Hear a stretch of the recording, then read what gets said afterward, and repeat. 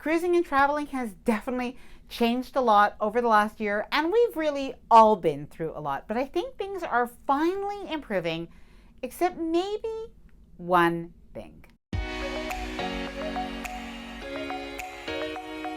Hi there, I'm Ilana from the website lifewellcruise.com. Welcome back to my channel.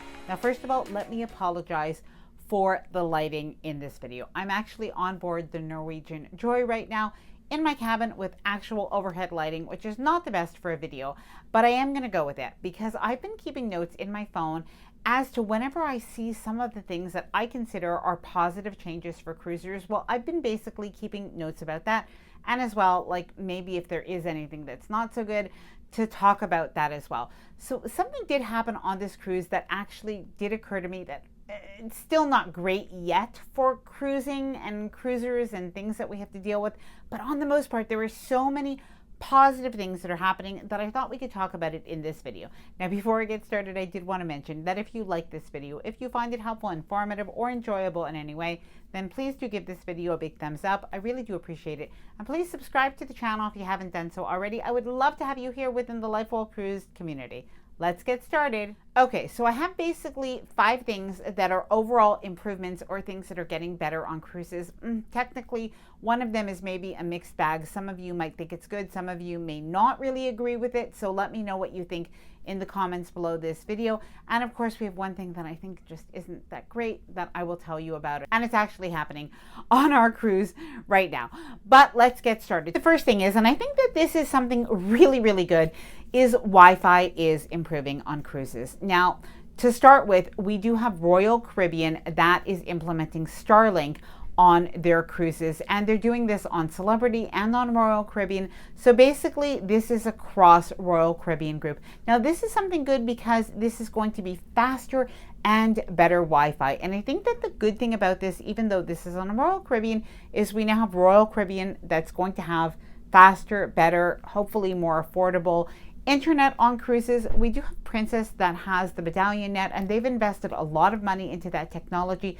Now, hopefully this is going to make the Wi-Fi and the internet situation just better on cruises, and other cruise lines, hopefully they'll maybe see this as a little bit of a competitive advantage, and maybe they'll invest some money too, because we really do all want Wi-Fi, I think, to be better and less expensive on cruises. Now, the next thing that I think is really good is a lot of cruise lines had taken away some of the different activities that were happening. Well, because of the COVID protocols, they had taken those away for several months, if not even a year.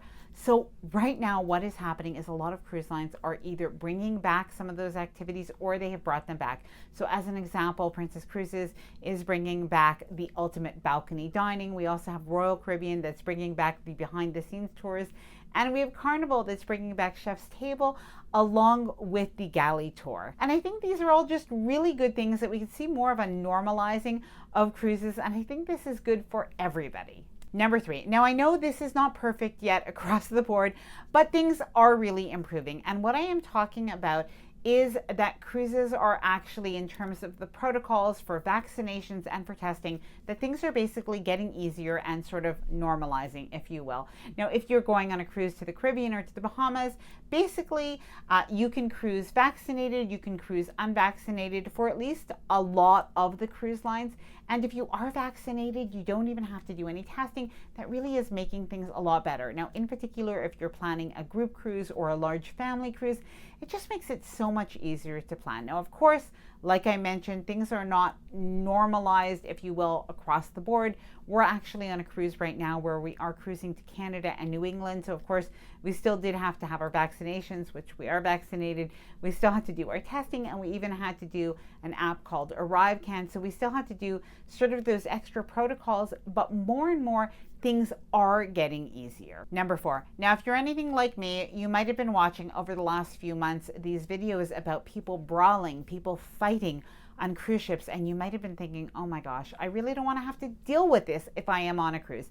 And in fairness, this is not something that happens on most cruises, but I was actually pretty happy to see that Carnival decided that they were going to do something about it and that they were going to actually implement sanctions, and I think maybe other cruise lines do this already, but basically what they are doing is they're saying if people are fighting, if they're brawling on cruise ships, that they're going to actually be banned from the cruise line, and I believe they might be even banned from the family of cruise ships as well. So that would include Princess and Holland America and other cruise lines as well. That for people who do say, my gosh, there's kids running around at all hours, that for people that are under 18, there will be a curfew of 1 a.m. So that kind of does make things a little bit easier, and maybe they just kind of need to rein things in a little bit as people are excitedly getting back to cruising. Number 5. Now this is personally something that I think overall is something good, but I think maybe people will have different schools of thought on this. So please let me know your own opinion. And this is that crew wearing masks, well, this is basically a rule that does seem like it is starting to go away. Now, it may really depend on the cruise line, but we're actually on board right now on Norwegian cruise ship, and the crew, I would say probably about 70% of them are not wearing masks, maybe about 30% more or less are wearing masks. And what the crew has told us is it's been a couple of cruises now where they're actually basically having the option to wear a mask or not wear a mask. Now, I know people have different schools of thought on it. It is really nice to see everybody smile.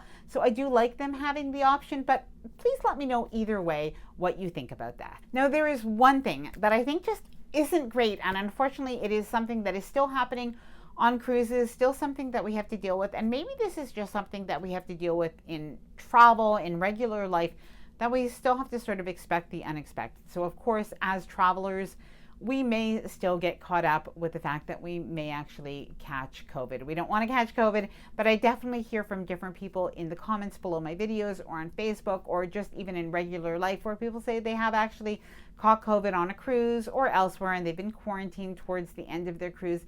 And that's definitely something that is not pleasant, that we unfortunately still do sort of have to deal with. But the other thing is that when you are on a cruise, it is a potential that could happen that you could still have changes on your cruise, potentially due to COVID or other reasons. Now, on our cruise in particular right now on Norwegian Joy, unfortunately, we were informed that the sort of main Broadway show, which is called Footloose, unfortunately, that will not be happening for the entirety of our 10-day cruise. It really is something quite disappointing. I feel like Broadway shows just maybe aren't meant to be for us on cruises, but when we were on Oasis of the Seas in the month of May, unfortunately the production show Cats didn't happen during our cruise, and now we are on Norwegian Joy, and Footloose is not happening during our cruise, and we did get a letter stating that it was for medical reasons. We did ask if there was anything that we could know about the situation, and obviously we have no details. We